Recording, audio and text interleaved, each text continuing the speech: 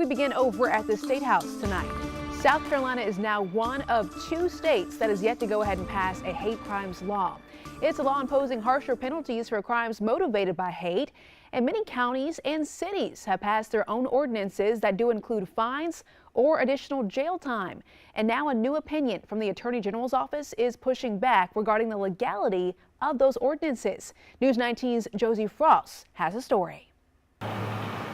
In the new opinion, the state attorney general's office says local municipalities don't have the power to pass their own hate crime laws.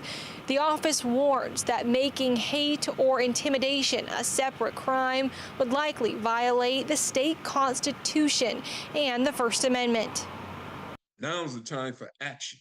State Representative Wendell Gilliard has sponsored a hate crime bill for several years, but it's yet to pass. In response, he says lawmakers have reached out to other cities and counties to encourage them to pass their own local hate crimes ordinances. But lo and behold, as the movement continues throughout the county and local municipalities, people were approving ordinances.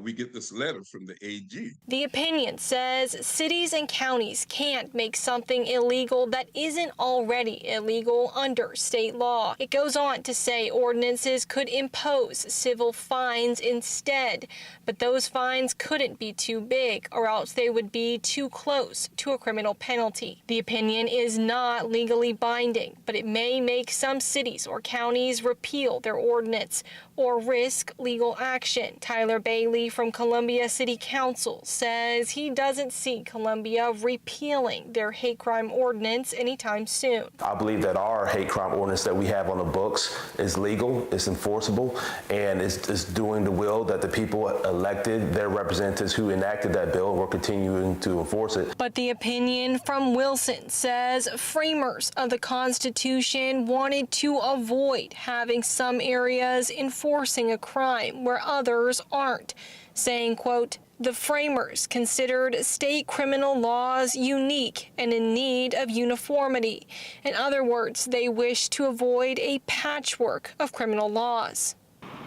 Both the House and the Senate have hate crime bills that have not passed either chamber yet. Reporting at the State House, Josie Frost, News 19, WLTX. All right, Josie, thank you so much. The Attorney General's opinion says an ordinance should only apply within that city or the county's jurisdiction.